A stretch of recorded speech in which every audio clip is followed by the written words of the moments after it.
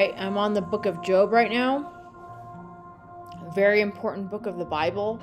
The book of Job is considered to be maybe even older than the book of Genesis when it was written. So it's really old. If you guys read the Bible and it talks about how wealthy a person is by their animals and not just by their palaces or the pieces of money or talents of silver, right? When it talks about someone's wealth just with animals, that's a hint to you at what the timing it's around. Job, his wealth is described by how many animals he had. That's why it says 7,000 sheep, 3,000 camels, 500 yoke of oxen. That it's just a hint to you that this is a book that's old. His wealth is measured in animals, okay? So there was a man in the land of Uz whose name was Job, and the man was perfect and upright, and one that feared God and eschewed evil. The book of Job is about this man suffering and why they're suffering in the world, and why did God punish, or why did God allow evil to come upon this man, which is basically a lesson on why does God let evil happen on earth, and why do good things happen to why do good things happen to evil people, and why do bad things happen to good people sometimes? Okay. I'm going to talk about some people interpret the book of Job as most people interpret the book of Job as Job didn't deserve this. Okay. Another interpretation of the book of Job, and you can decide for yourself, I'm just giving you both, okay? But at the end, it sounded like God was blessing Job, okay? And the way it's said at the end of the book, it's more describing that Job didn't deserve it, okay? But some people think that Job did deserve it because when it says when he was perfect and upright and one that feared God, they compare that with how Abraham, the Bible, when it repeats the same words over and over again, it's a hint to you that this person is supposed to be compared to this other person. So Job, sometimes people who read this, they compare Job with Abraham, because it says Abraham was an upright man who was perfect and upright too, and he said he walked with God instead of fearing God. So some people will use the argument that Job was only good because he was scared of God. It's good to be scared. It's good to have fear of the Lord. The fear of the Lord is the beginning of wisdom. Okay, that's in the Bible. But if you're just doing it just because you're scared of God and because you don't walk with him, it's dangerous. So some people will say that Job was just scared of God and he didn't really walk with God compared with Abraham, and that's why this happened to him. I'm not saying that. I don't know. I think it can be looked at both ways, but that's just an argument with that. I think Job really was upright because God was sticking up for him at the end. But anyway, I'm just telling you that's what some interpretation of this is. Job deserved it. But I wanted to point out something that I really noticed too. When it talks about his children, I did notice this, and some people I've noticed this too. It says, and his sons went and feasted in their houses, every one his day, and sent and called for their three sisters, to eat and drink with them. And it was then that the days of their feasting were gone about. That means they are drinking and feasting for days, everyone. All right, everyone his day. That means for their birthdays, kind of, or a holiday, they would drink for days, every single person. So I think, and it mentions it again, in Job 13, verse 13, and there was a day, and his sons and his daughters were drinking wine at their eldest brother's house. That's when they got killed. I think that these guys they were partying and drinking a lot.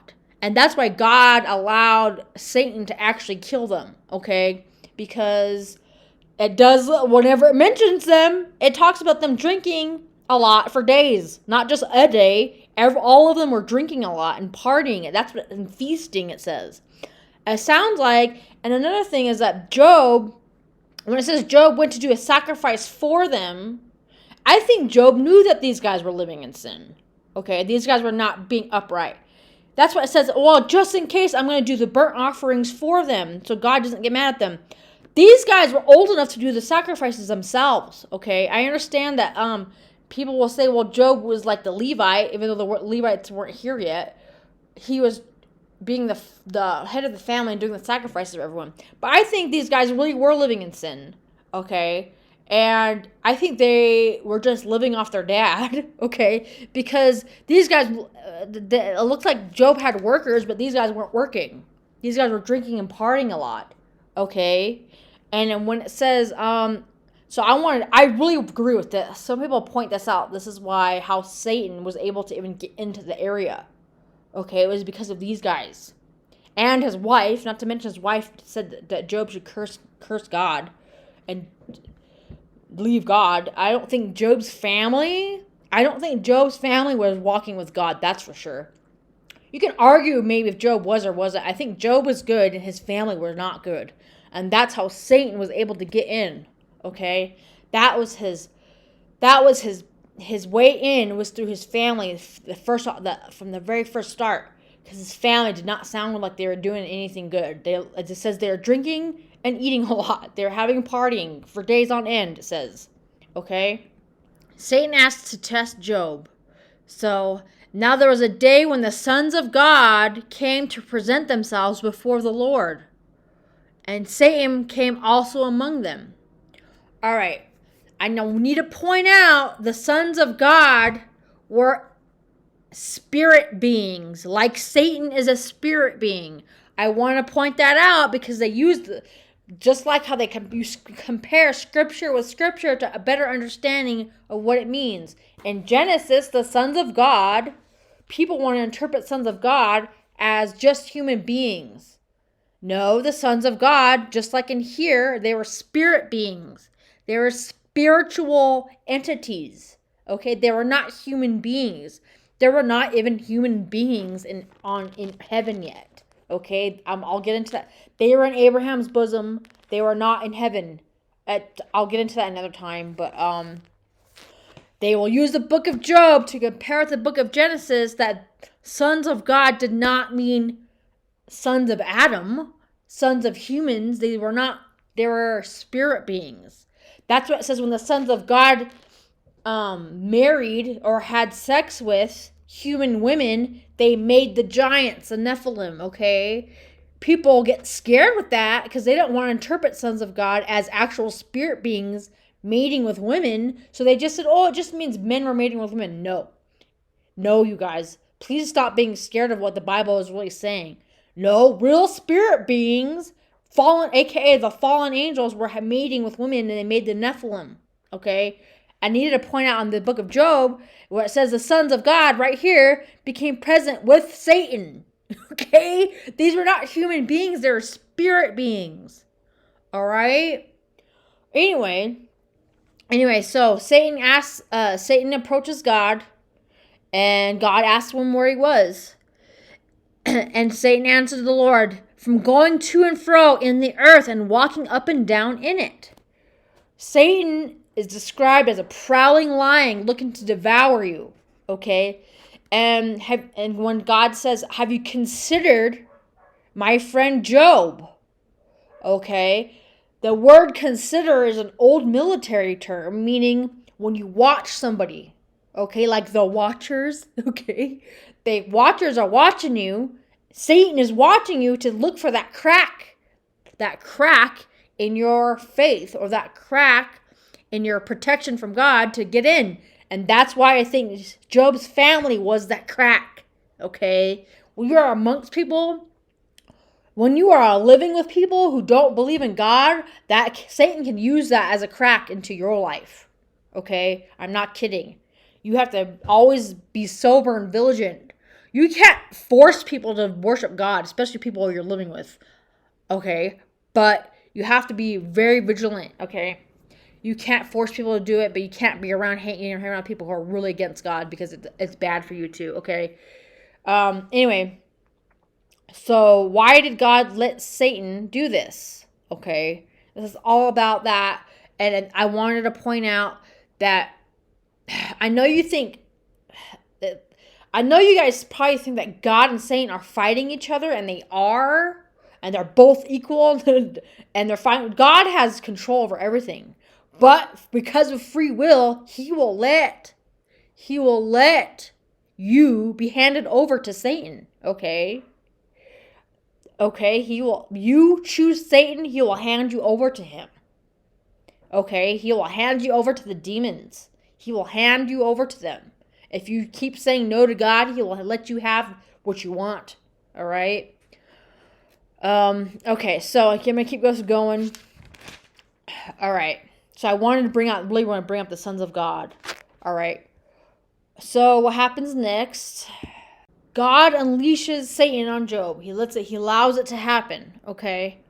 And then I'm gonna try to get into how possibly God was punishing him for something. Like maybe he was. People again argue that Job was probably just doing the sacrifices because he was scared of God, not because he loved him. If you want to use that argument, that's fine. But there is something weird about this potsherd. People always glaze over the part where, after his family is killed, after he loses his crops and his animals, he loses his wealth. Okay, what happens? He scrapes his boil, and God sends him God allows Satan to send him boils all over his skin. Okay, and this potsherd thing really gets me. Okay, when he's scraping his wounds with the potsherd, it's a piece of broken pottery.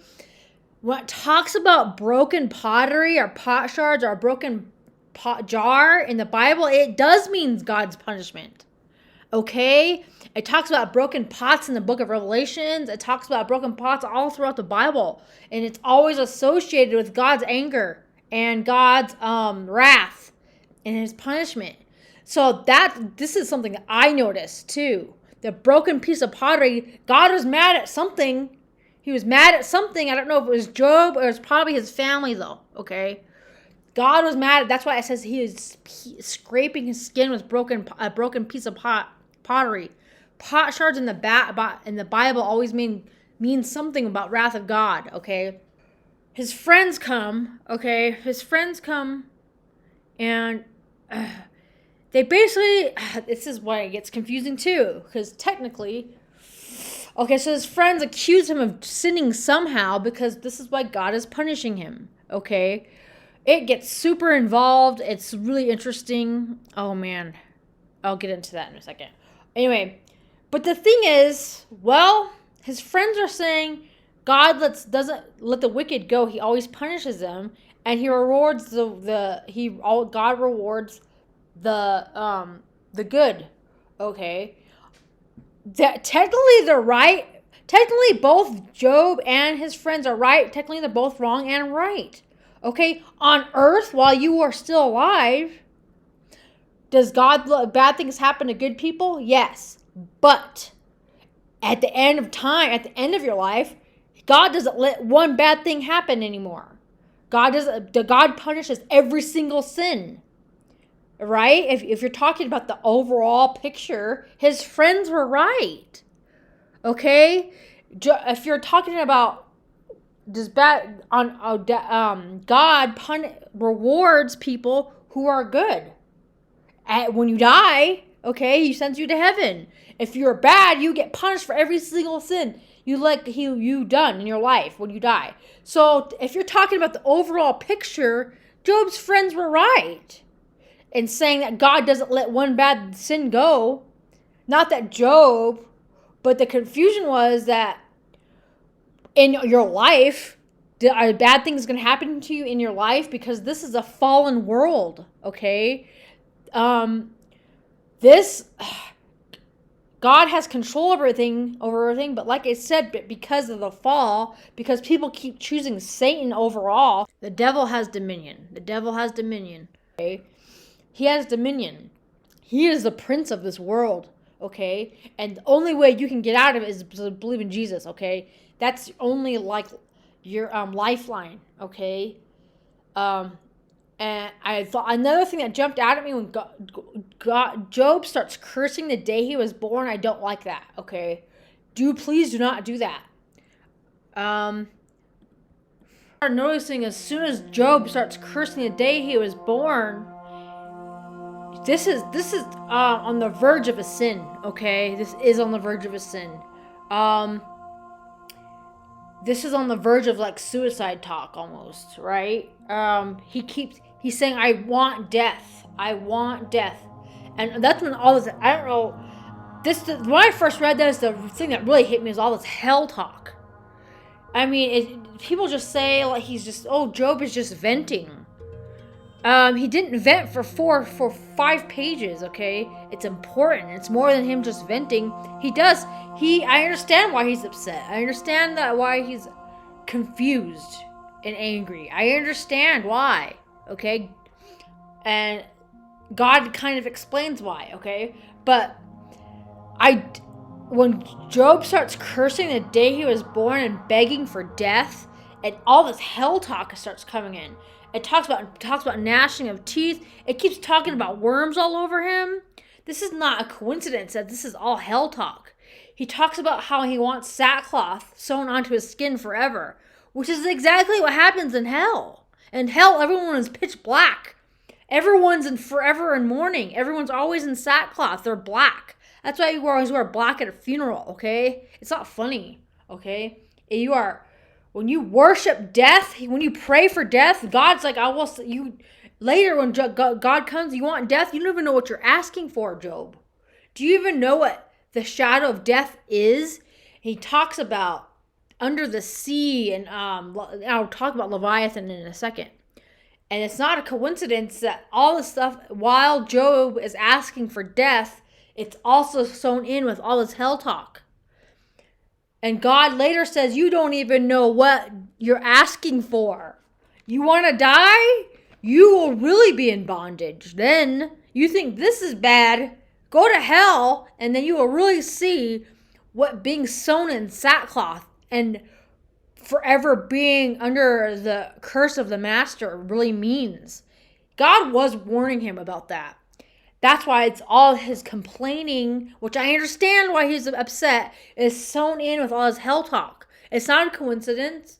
He was on the verge of making God mad, okay?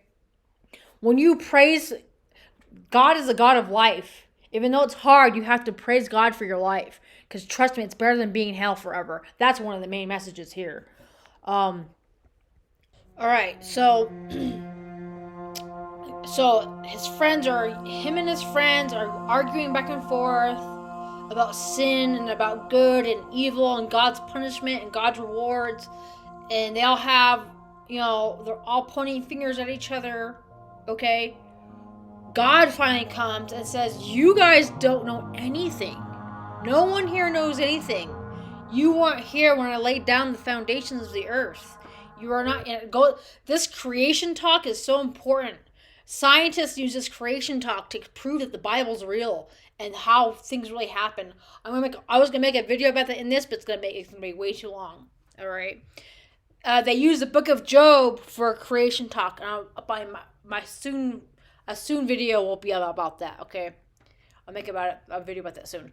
But Leviathan is very important. It talks about the behemoths, which are probably the dinosaurs, because it talks about how the sword will fall upon them and how they became extinct.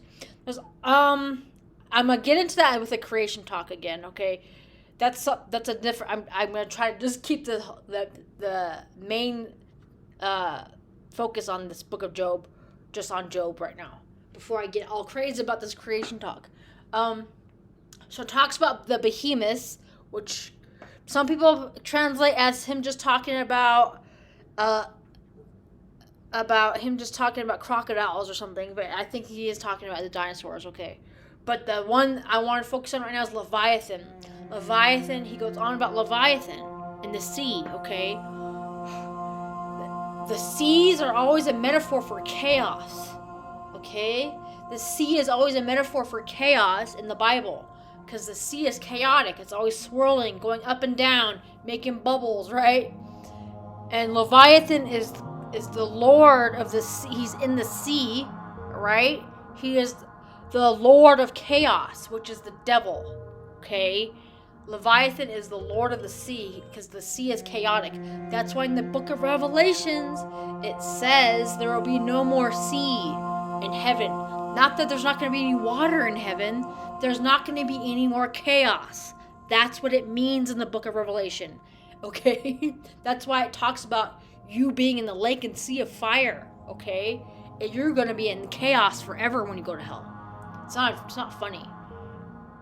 Hell is chaotic. There's no time, no rhythm or rhyme, okay? So that's what he means when you're in heaven. When you go to heaven, the book of Revelations, there is no chaos anymore, all right? So this is my point, what I got out of the book of Job, okay? God gets onto this creation talk, and he's saying there's a balance going on right here, okay? There's a battle and a balance while you are alive on earth. Look at these people. I want you to kind of look at these people stuck in the middle of this war that they're causing, okay? They're causing this war in the first place. They are in the sea, okay? There's a battle going on, okay? It's more than you just being happy and having an easy life, okay? There's domino effects going on. There's butterfly effects going on in God's creation, okay? And there is a war going on, all right? For your soul, and it's not just about you being happy, okay? There's something bigger going on, okay? You can complain and complain and make it worse for yourself and everyone around you, or you're gonna get up and fight and try to help God beat this battle, okay? You have to choose, okay? But yes, bad things are gonna happen to you, definitely. Every single person is gonna know what the sea of chaos is while they're alive. If you have had a perfect life and nothing bad is happening to you, you should be a little bit worried, because that means Satan's leaving you alone because he already has you, okay? So what I got out of this is God's job is so complicated that you are not going to understand why some people are doing this and that and other people are doing this and that, why God is allowing it. But the point is there's something bigger going on, and you are never going to fully understand it right now, okay? You have to trust in God, and you have to stick with him. And hopefully that's what Job finally did. I think that is what he did. That's why he rewarded him at the end and gave him double what he had before, okay? And God did get mad at his friends because they probably weren't helping the situation by just saying that he was a sinner and that was it, that they weren't helping him very much, all right? I also want to point out that Job wasn't. One thing that I did notice too that some other people point out is that Job never asked God. He was complaining to himself and to his friends, but he wasn't calling on God himself in the beginning. It wasn't until like mid story he started, like maybe you should go ask God instead of asking us, instead of asking your friends. Okay, I think that's a message too. Okay, so. While you're on earth, you're stuck in the crossroads of this, okay? You are stuck in the crossroads of this battle going on, and you are definitely taking a part in it. Being neutral just means you're in the water, okay? You're a sitting duck. Being neutral just means you are working for Satan. You have to get up and fight, okay? I really wanted to point that out. So I think my next video, I'll probably maybe get into the creation story of Job, how this creation and science stuff gets involved. Maybe I'll make a little video about that. But please, when something bad happens to you, try to stay with God, okay? Don't wish for bad and worse things to happen. Don't give up. Job almost gave up, okay? I know it's hard. I understand why he was upset, but don't give up. Okay? All right.